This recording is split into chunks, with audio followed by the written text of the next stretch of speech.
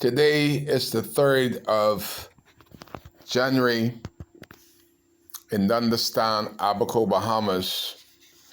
Today I was on Global 99.5 FM with Michelle Malcolm from 2 o'clock till 4 o'clock. Whole 2 hours telling my story of the flawed local government election.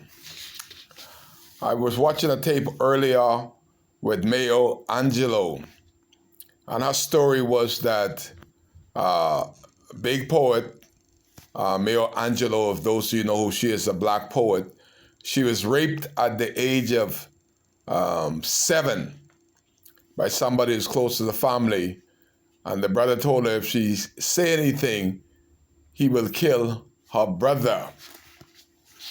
Well, she loved her brother, and the only person she told the story to was her brother. Her brother, of course, tell her mother. The fellow was locked up for one day. They released him, and they stomped him to death. Somebody killed him. So she believed that because she speaked out, she caused the death of the young man. But a teacher taught her how to recite poetry because she stopped speaking for 5 or 6 years. Everybody called her dumb, mute, crazy. But she said her voice is so powerful that because she spoke out, this man was killed. And a school teacher taught her different. And that's how the story went. And one of the things that Maya Angelou always said, if you see evil, you got to speak evil. Muhammad Ali, you see evil, you speak evil. Malcolm X, you see evil, you speak evil. Martin Luther King, speak about injustice. Most of them got killed. I hope I'm not on that same run, because I speak of injustice in my town of Dundastan, utter injustice. And when I speak truth, some people are listening. And I speak again about the flawed local government election from the 6th of January. I wrote a letter saying that Farah Noble, by his own admission, moved into the district and live in the district of Marshaba, registered in the district of Marshaba, and voted in the general election in September. Now, Donald Roll and Farah Knows has created a new registry that nobody knows about besides them. So I write to the different agency, the Prime Minister, the Minister of Local Government, Clay Sweeting, Brenda Kohlberg, the Director, the Parliamentary Secretary, and also Donald Roll. That's my secretary. So when I give Donald Roll orders as his boss, as an elected person, Donald Roll's job is not to flaw this process, but to answer me. But the whole system was set up and it's all flawed. What the hell? Bunch of crooks. Let them go and have wine together. But my job is to speak up against the corruption. The day of the election, on the 27th, the polls were closed. We were there at 6 o'clock to go in to watch the first unofficial count. We were disallowed at 6 o'clock to go in. They shut the door on us. Only person was able to go into the poll was Chayton Toot. How he got to go in and nobody else going was when the date started, because Chayton Toot had all kind of autonomy to be tearing up people pamphlets that they were using to memorize who they were voting for. Chayton Toot tear them up at the poll, and he put the names of him and Farah Knows in their hands. That was the corruption right before you got to the poll. Okay, the poll closed, they did the recount. Nobody knew what the recount, at least my group didn't know about the recount. The day the night before they took the box. Where did they take the box? Who was guarding the box? Nothing was said to us. So we already at a loss when there's so many crooks around the box.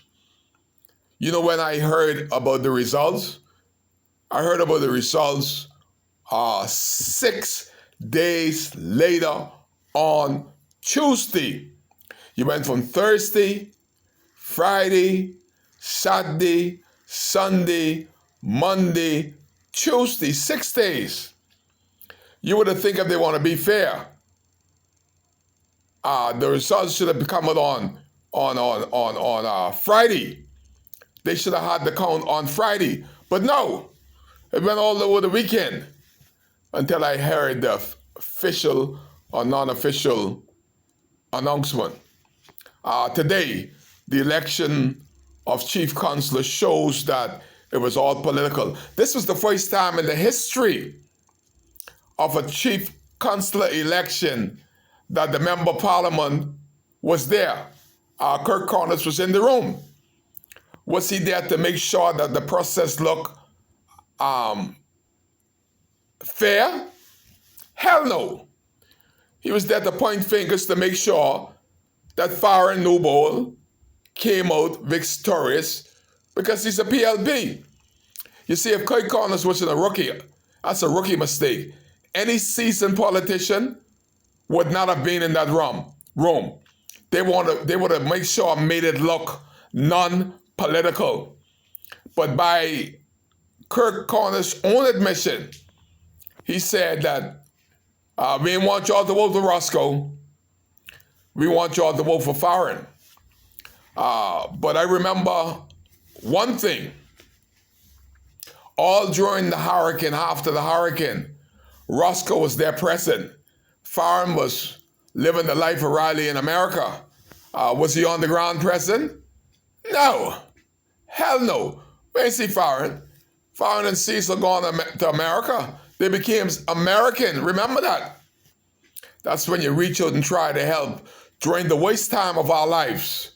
The brothers them took flight. That's why he moved into Pelican Shores with one of those homeowners' house, and he become king of the hill in Pelican Shores.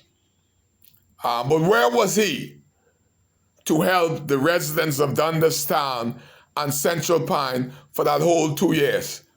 He came back last year and gave the turkeys jive turkey. Him and Cecil campaigning by taking local government money and buying turkey and ham, and the two of them riding around. Nobody else. I'm elected.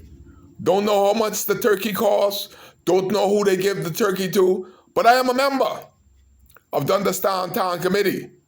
There was 3 of us at the time. Me, Cecil, and Farron. I believe Raquel was here. I know the deputy chairman weren't here. But there was no meeting. There was no accountability. But just by the sheer fact that we didn't know who won until 6 days later, we were denied the rights to have somebody there during the first unofficial count. We were denied to know the numbers on the first count on the 27th. All these shows that the system was flawed. Who took the bottle box? Donald took it to Farron House? Where was this taken? Did they put other votes inside there? I don't know.